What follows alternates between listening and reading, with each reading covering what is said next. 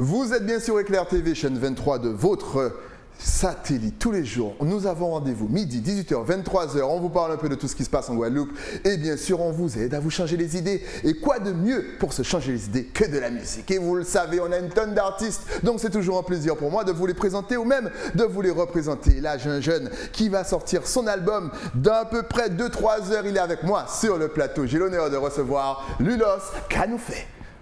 Que j'ai ça stylé tranquillement. Et en content, je suis toujours bien. Dès que je vous reçois, les gars, je sais que vous allez mettre une bonne vibe sur mon plateau et ça me fait plaisir. Ah, mais tu connais, moi, toujours bonne vibration. Voilà, on reste sur la vibration positive. Exactement, et que du positif ici. Donc avant d'aborder bien sûr ton projet qui est sorti donc cette semaine, et non, qui va sortir dimanche, bien entendu, mais pour moi il est déjà sorti. On va déjà commencer par une petite présentation. Pourquoi Lulos?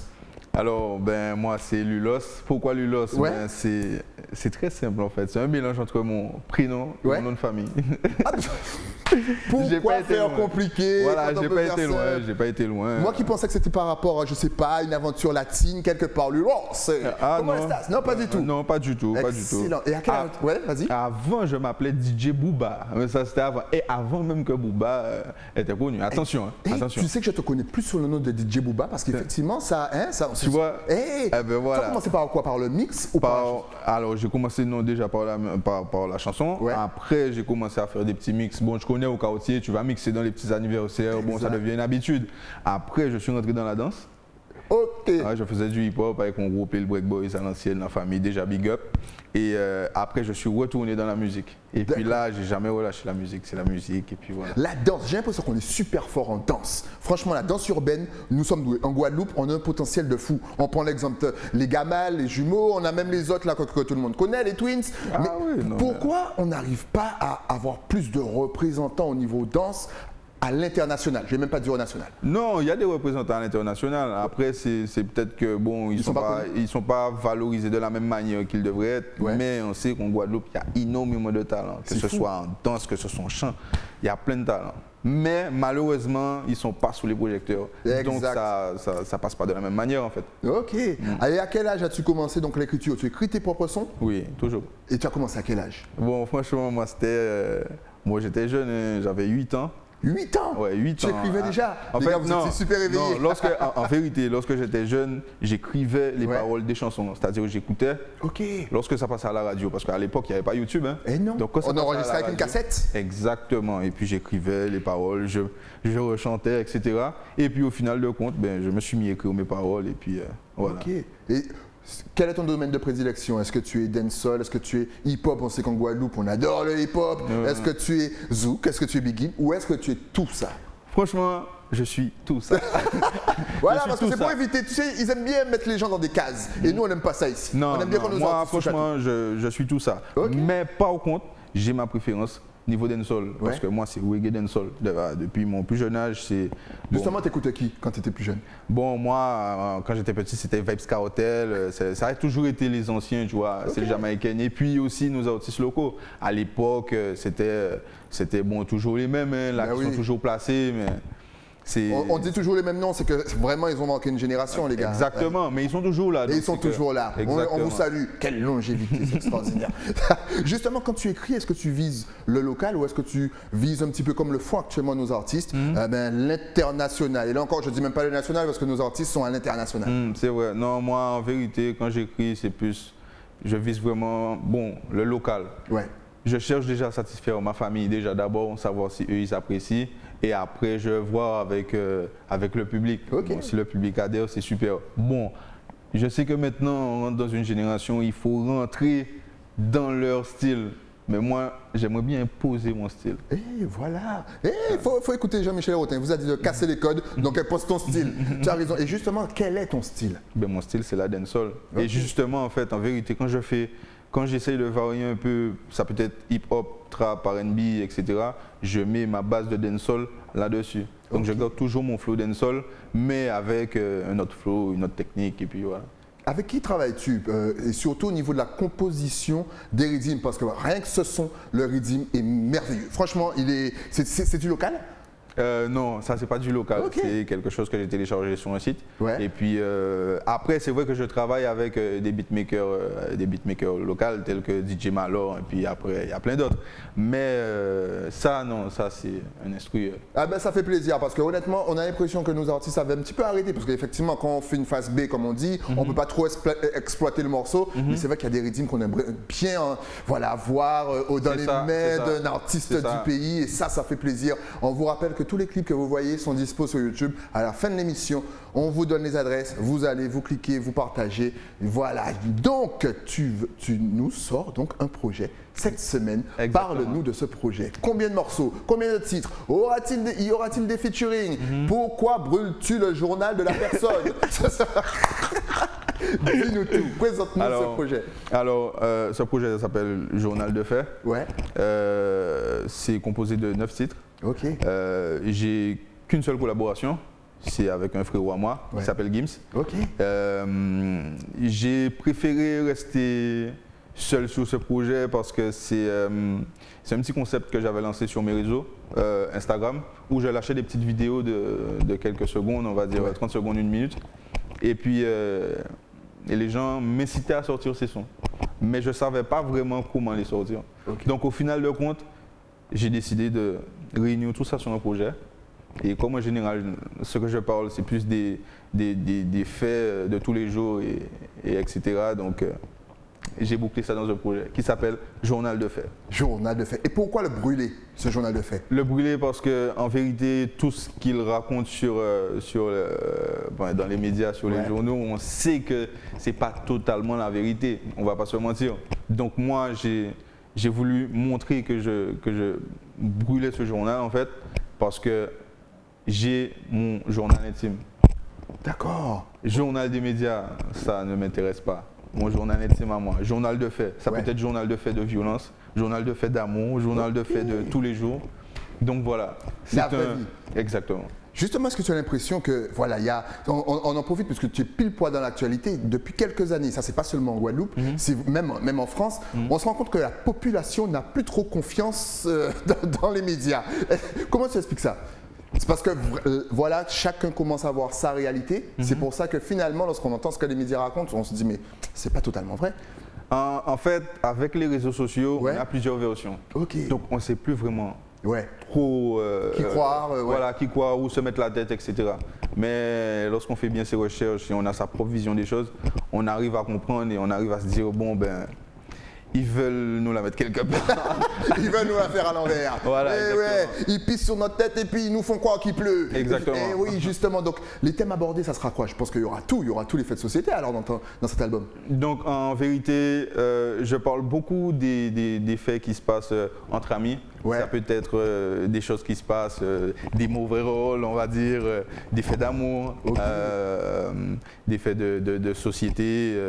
Et tout ce qui parle en général, hein, moi, je n'invente pas des histoires. Tout est réel, tout est réel, tout est real. Exactement. On sent que j'avais tout à l'heure.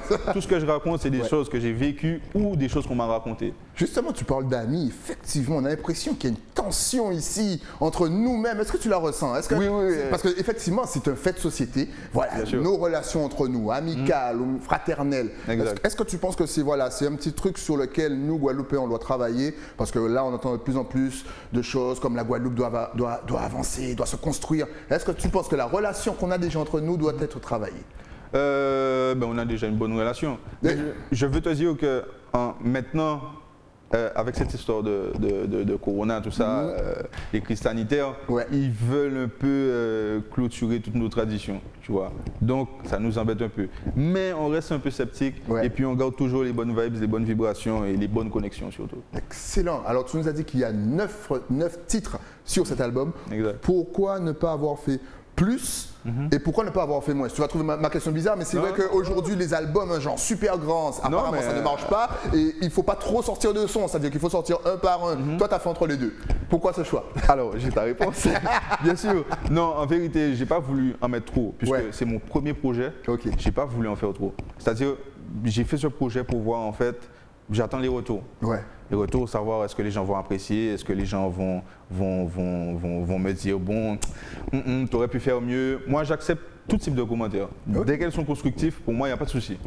Et si toutefois je vois que ça paraît positif, eh ben là, je balance. Et là, il va vous balancer 2 albums avec 20 morceaux chacun, Bien plus sûr. 4 titres inédits que vous aurez seulement si vous avez acheté l'album. Excellent. En tout cas, on voit que les clips niveau... Là c'est le tout dernier, si je ne me trompe pas. Exactement. Et honnêtement, la qualité de l'image, les plans, c'est super à travailler. Tu travailles toujours avec la même équipe? Oui, en général, je travaille avec Will Vibes. Malheureusement, là, il est en France, donc bon, on essaie de travailler à distance, mais en général, c'est toujours avec la même équipe. Justement, le fait d'être à distance, est-ce que grâce aux réseaux sociaux, voilà, on en parlait tout à l'heure, est-ce que quand même ça facilite le travail pour composer, pour s'échanger des rythmes, pour balancer ce qu'on a enregistré? Oui, les réseaux sociaux, ça aide beaucoup déjà pour les connexions, parce que bon, peut-être parfois on a envie de rentrer en relation avec quelqu'un, mais on n'a pas forcément ses coordonnées, ou bien sinon il faut passer par un ami. Les réseaux sociaux, ça va beaucoup plus vite. Donc bon, c'est un autre système. Mais en vérité, il y a ceux qui ne souhaitent pas non plus aller vers ces personnes. Donc bon. Et au niveau de l'image, tu utilises beaucoup les réseaux pour ton image? Tu penses que c'est indispensable, toi? Certains artistes me disent que oui, on ne peut pas faire sans. On ne peut pas faire sans Snapchat, on ne peut pas faire sans TikTok et on ne peut pas faire sans Instagram. Est-ce que toi, tu vis ça aussi? Effectivement, bon, en fait, les réseaux sociaux, c'est un moyen de communication. On est obligé de passer par là pour, à part si vraiment il y a une autorité, mais même les personnes qui ont une autorité sont obligées d'avoir les réseaux sociaux. Donc moi, pour moi, oui, je suis assez actif sur les réseaux. C'est-à-dire, bon, il y a quelques fois, je fais quelques blagues et puis bon, voilà, ça amène plusieurs types de personnes et puis au final de compte, ils réalisent aussi que voilà, je chante et puis bon, voilà, c'est une technique un peu de communication, on va dire. Les vacances vont arriver, voilà, on a repoussé l'heure du couvre-feu, il n'y a plus de confinement. Est-ce qu'on peut te voir en live quelque part? On sait que là, je pense que pour les artistes, ça va repartir un petit peu comme les DJ. En plus, les vacances y arrivent, ça nous fait du bien. Les gens peuvent te contacter ou on peut te voir quelque part? Les gens peuvent me contacter. Oui, les gens peuvent me contacter sur les réseaux sociaux. Après, pour le moment, bon, comme les choses sont en train de reprendre, pour le moment, on est en train de voir, de discuter, voir qu'est-ce qui va se passer. Et puis, mais si toutefois il y a des choses, oui, ça c'est sûr, on me verra. Justement, on voit des petites images de live de toi en live. Est-ce que ça t'a manqué pendant toute cette période de ne pas avoir le retour du public, de ne pas avoir un mic dans la main et puis d'être sur scène? Non, franchement, oui, ça c'est un moment très fort. On vit pas ça à tout moment, mais quand on le vit à fond. Et c'est quelque chose de, surtout quand le public te donne de la force, t'encourage, ça fait super plaisir. Quel retour tu as eu justement de personnes? Parce que souvent vous écrivez des sons, vous savez que vous allez plaire à un type de public, mais souvent vous avez un retour d'un public totalement différent. Et ça vous surprend? Et si oui, quelle est la réaction ou le retour que tu as eu qui t'a vraiment surpris? En vérité, déjà pour moi, le public le plus compliqué pour moi, ça va être mes parents. C'est-à-dire qu'eux, ils ont une autre vision des choses. C'est pas parce que je suis l'enfant que voilà, ils vont m'envoyer des fleurs, etc. Donc ils vont me parler carré. Oh, t'as l'air bien, t'as ceci, cela. Donc bon, je te dis que ça peut peut-être passer. Au moment, le public te dit, bon, c'est bon, mais à un moment où une personne est venue me voir et me dire, tout ce que tu dis, c'est la vérité. Parfois, je me reconnais sur tes paroles et c'est vraiment touchant. Donc, à ce moment-là, je me suis dit, bon, je ne peux pas arrêter, il faut que je continue. Justement, tu parles souvent de tes parents et c'est vrai qu'ici en Guadeloupe, la famille est tellement proche que souvent on a tendance à s'auto-censurer. Est-ce que tu t'auto-censures ou pas du tout? Par exemple, est-ce qu'un jour on peut t'attendre sur un bouillon bien sale, tu sais, le bouillon bien gras, celui de 3 h du matin? Alors, en vérité, moi j'essaye de tout. Je peux essayer, mais de moi je ne le ferai pas. Ok, d'accord. Mais par contre, je tape tout type de terrain. D'accord. Mais de moi-même, non. En tout cas, encore une fois, n'hésitez pas à aller voir. Voilà, vous avez vu le clip, les prises de vue sont dingues. Et merci pour le Nord Basse-Terre, pour toute la Basse-Terre d'ailleurs. Parce que franchement, la vue est magnifique. Maintenant, si on veut te contacter, si on veut commander ton projet, si on veut savoir ce que tu fais ou même suivre tes stories, est-ce que tu es connecté sur les réseaux sociaux? Est-ce que tu as Facebook, TikTok, Snapchat, Twitter, Instagram? Dis-nous tout, de toute façon, ça va s'afficher juste ici. Alors, je suis disponible sur Snapchat, Instagram, Facebook. Donc Facebook, Lulos officiel, YouTube, Lulos officiel, Instagram, Lulos97. De toute façon, ça sera écrit. Voilà, il sait déjà. Voilà. Et puis, on peut me contacter. Je réponds toujours. Je suis plus ou moins actif sur les réseaux. Voilà, et n'oubliez surtout pas que le projet donc sort, donc restez connectés, 9 titres. Et oui, où le journal brûle, le journal brûle. Ton prochain album, c'est ça, le journal brûle. Je viens de te trouver un titre. Si tu avais un tout dernier message à faire passer justement à tous nos téléspectateurs, Guadeloupe, Martinique, Guyane, Haïti, Dominique, Jamaïque, Barbade, Sainte-Lucie, sans oublier Saint-Vincent et les îles Vierges. Eh oui, VI, I see you. Ta caméra est juste là, vas-y.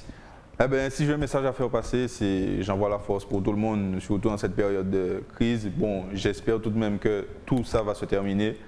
Et on reste proche de sa famille, toujours. La famille, c'est très important.